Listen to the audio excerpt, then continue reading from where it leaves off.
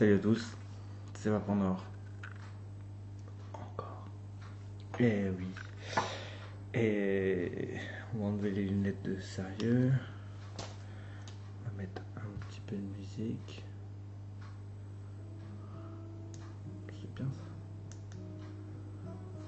Oh les chasses, pour ceux qui connaissent pas, allez écouter. Voilà. Donc on a dit quoi? On a dit qu'on ferait la revue du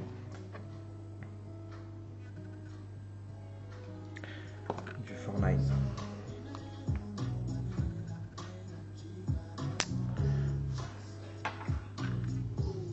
Donc du Fortnite que j'ai acheté chez un ami qui a un shop qui s'appelle Comme une cigarette. Et je vais même citer son site. Et ouais, parce que j'emmerde tous ceux qui sont pas contents. Son site c'est happyclub.eu. Donc happy comme happy, club comme club.eu comme Europe. Comme le CSA nous sanctionne beaucoup de tout ce qu'on fait, notre trollerie, etc.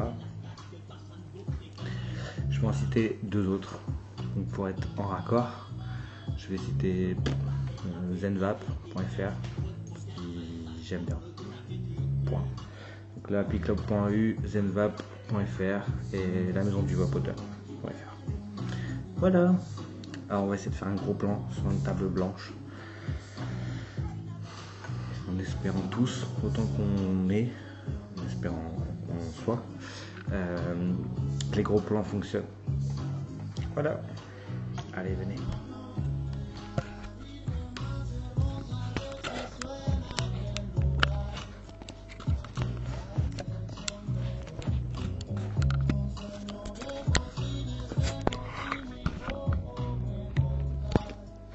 C'est bien, voilà.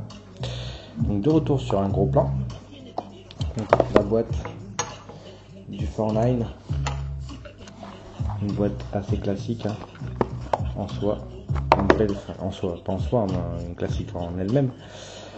Donc quand on l'ouvre, on n'a pas ça déjà. Donc on a les tubes en raccord ici et nous avons le Fortnite ici. Avec à l'intérieur tout ce qu'il faut, switch, etc. Ils seront emballés bien évidemment. Ça coûte une quarantaine d'euros, je crois, 49. Si ma mémoire est pas en train de flancher, normalement ça devrait aller. Donc d'après ce que j'en ai compris, et je pense qu'on est plusieurs à avoir compris la même chose, donc c'est la version Copper Edition, Copper, Brass plutôt je pense, ouais Brass. Donc ça c'est le tube 18350. Donc le tube classique du Fortnite en 18350. On va baisser un petit peu la musique. Ça ce sont ces deux tubes de raccord. Alors ouais, c'est exactement ça. J'en étais sûr, mais bon, je voulais vérifier quand même. Donc, je sais pas si vous allez voir, Normalement les gros plans devraient mieux se passer. Ouais, voilà. Donc, si je fais ça, il y a un tube qui est plus haut que l'autre. Donc je pense que ce tube, alors je vais vérifier.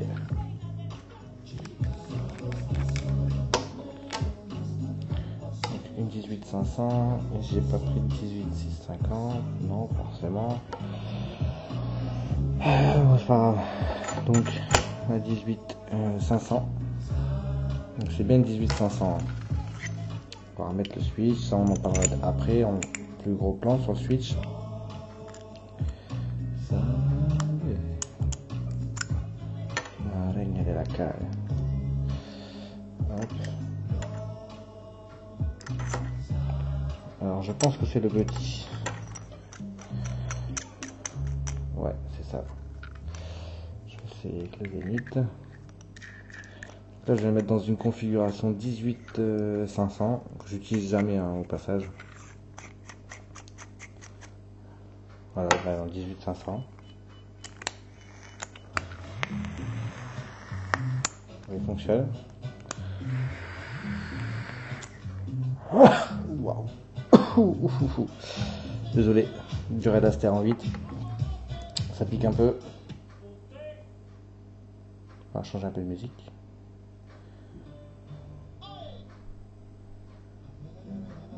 Ouais, j'aime bien ça. Donc là il est en config 18500 avec un Zénith.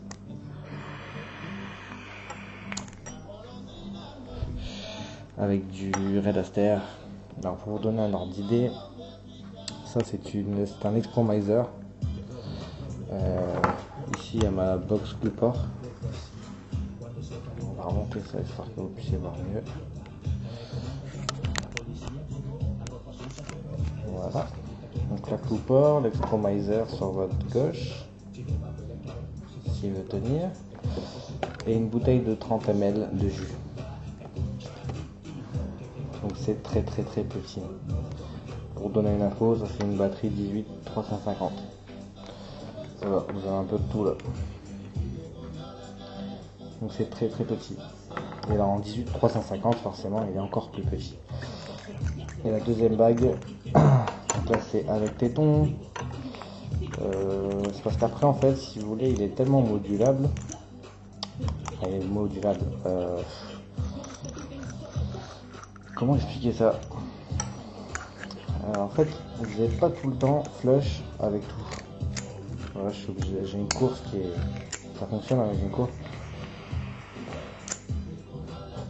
J'ai une course qui est énorme là.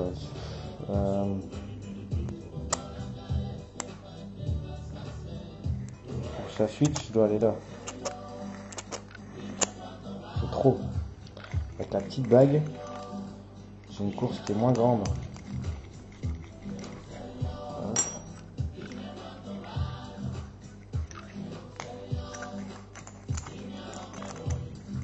Les filtrages sont bons, je précise c'est un Fortnite clone. Hein.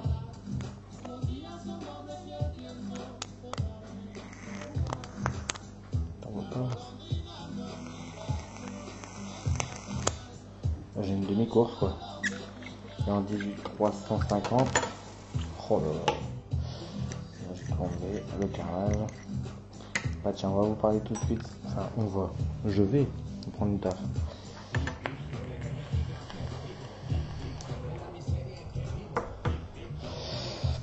Alors le switch, comment fonctionne-t-il? Alors il fonctionne de la manière la plus simple possible. Vous avez deux parties. Donc cette partie-ci, c'est un peu son. Donc cette partie-ci, donc là où il y a la gravure, donc elle n'est pas hyper bien faite. Bon, je rappelle c'est un clone. Hein. Bon, le plus intéressant c'était la grandeur du mode et son utilisation qui est assez changeante je trouve. Et cette partie ici donc c'est la pièce qui vient qui est aimantée, qui vient coller à la queue,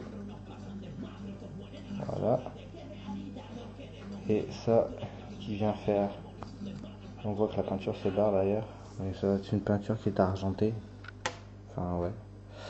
Et en fait quand on essaye de les mettre côte à côte, ils se séparent. Donc là ils se repoussent. Je sais pas si on va avoir quelque chose dans ce sens aussi. Vous avez vu, ils se repoussent plutôt pas mal. Et de l'autre côté ils se collent. Ce qui est normal vu qu'il faut qu'ils collent à la queue, au cul de la queue. Donc voilà, le problème avec cet ato, c'est que, avec ce mode, c'est que par moment on n'est pas flush par rapport au téton par exemple qui pourrait manquer en haut sur une 18350 sans téton, enfin 18500 sans téton, 18650 sans téton. Et moi ce que je fais c'est que je rajoute des aimants, donc des petits aimants comme il y avait dans le switch du Nemesis ou des petits aimants qu'on peut avoir chez Fastech, dans les quincailleries, enfin on peut en avoir partout, on peut en rajouter histoire de gagner, de jouer un peu aussi pour la course du switch. Donc, le switch il vient se mettre au fond du mode, donc, au fond du mode, voilà, de cette manière là, donc ça y est au fond, vous voyez normalement.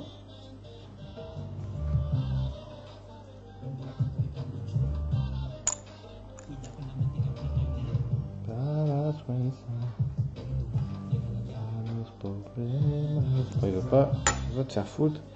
Et donc la queue qui vient dessus et qui forcément rebondit, forcément vu que les aimants s'opposent. Et on a cette dernière petite partie. Donc là, par contre, un zoom, ce serait cool.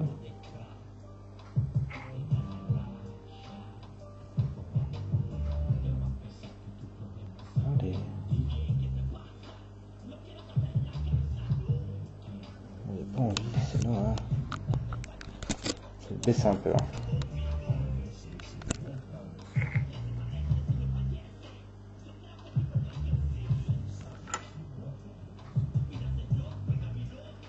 Voilà, donc cette petite partie, donc avec une petite bague d'ailerin, deux petits trous sur les côtés, ici et ici. Alors c'est pas des trous de dégazage, hein, c'est des trous pour pouvoir l'enlever en fait. Moi c'est à ça que ça me sert du moins, quand il reste coincé sur mon Atos, ce qui arrive régulièrement d'ailleurs, ça me permet de pouvoir enlever cette petite bague pour pouvoir changer d'Atos, de dripper, ou j'utilise souvent sur dripper. Donc là je prends Zenith V2. Donc là j'ai mis mon pin flèche, enfin ma vis 510 flèche. Donc je viens faire très attention que ce soit bien, on va avoir un peu de raid. Donc la batterie est pleine charge. Voilà, là le mode démonté. Petit quick look 18500. Le Zenith se monter sur le 49 avec le drip tip. Toujours l'Expromiser. Qu'est-ce que je peux vous montrer d'autre? Pour une taille à la con, un iPhone. Voilà ce que ça donne. Donc c'est vraiment très petit. Mon 49 pour 49 cm. Hein. J'ai pas été m'enseigner et je m'excuse d'avance de savoir qui l'avait fait. Des petits enseignements sur le moteur, etc. Sur le moteur original, parce que je rajoute encore, mais c'est un clone. Il fonctionne super bien malgré que ce soit un clone, j'ai aucun souci dessus. Il prend, parce que là j'ai mis un Zenith V2. Je peux y foutre l'Expro d'ailleurs, je crois. Comme il y a un pin réglable.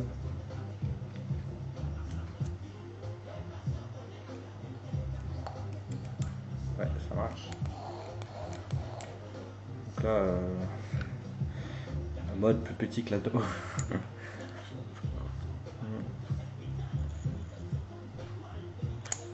Ouais. Expromiser que je dois refaire d'ailleurs. Mais sur un pin flottant, c'est un peu chiant les pins flottants sur les hybrides, je trouve. Alors je sais pas si je suis le seul à penser ce genre de choses, mais je trouve que ça permet pas à l'hybridation de se faire complètement et de manière flush, de bonne manière quoi. Bon bref, on va remettre le Zenith. On va remettre l'airflow en face du trou. Donc voilà un setup full brass vieilli même je dirais, parce qu'il y a vieilli.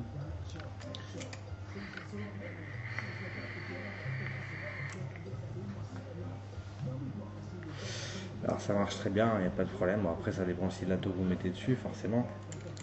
Je suis de temps en temps crunchy. Si je le mets comme ça, parce que là c'est trop bas, hein, donc comme ça, à niveau de la fente,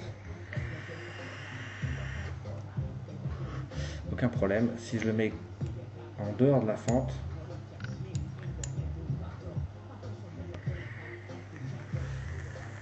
ouais, je dois appuyer dessus de manière forte et je viens le cruncher en fait.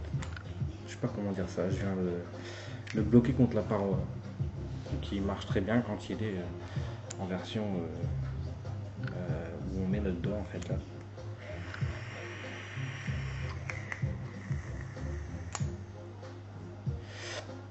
C'est un très bon mode, il fonctionne très bien en 18650, en 18500, en 18350 comme j'ai l'habitude de l'utiliser. Avec la petite épaisse, avec la petite efface qui va bien. Je vais claquer en 18500, tiens. J'utilise rarement en 18500. Bon, j'avoue que c'est un peu déconcertant l'histoire de cette pièce qui vient se bouger là tout seul, qui vient se coller au fond. Voilà, la petite D2 c'est celle-là. Donc les filetage sont très bons. C'est un très bon clone. Non, on voit qu'il y a, pour un clone, il n'y a pas de. La démarcation s'efface pas. Tandis que sur l'original elle s'efface. Bon, c'est un détail. Hein. Là, il n'y a plus beaucoup de juice, mais bon.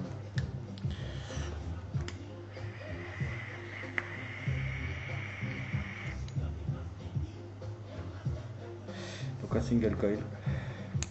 Très bon mode. Très bonne conductivité. Négatif, c'est le côté crunchy que j'ai pas, que je peux pas switcher où je veux quand je veux. Et des fois, voilà, il reste un petit peu bloqué.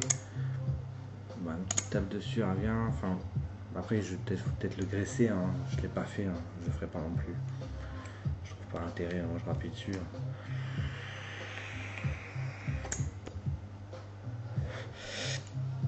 J'ai aucun problème. Il marche très bien. Il coûte pas très cher. Et le vendeur est top. Une petite dédicace match. Voilà, donc c'était la présentation du Front9 version brass. Un très bon mode que si vous avez l'occasion d'essayer de tester ou autre, n'hésitez pas. Encore une fois, n'oubliez pas l'FV, parce que l'FV vous oublie pas, donc ne l'oubliez pas. Sur ce, je vous souhaite un très bon lundi, mardi, mercredi, jeudi, vendredi, ce que vous voulez. Je vous dis à très vite pour une revue. Je m'attaquerai peut-être du coup à la coupe que j'ai martyrisé dans tous les sens du terme. Vous pourrez voir les coups qu'elle a pris, les sacrés coups qu'elle a pris d'ailleurs, parce qu'elle en a pris quand même pas mal. Elle a toujours résisté. J'ai eu un petit souci avec au niveau d'un connecteur qui s'est détaché, qui a un peu bougé, que j'ai dû repasser à la colle, mais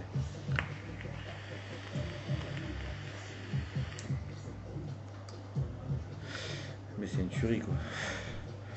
C'est une tuerie, ça envoie du lourd et j'adore. Enfin bref. Voilà, c'est tout pour moi. C'était Vapandor. Je vous dis à bientôt. Ciao.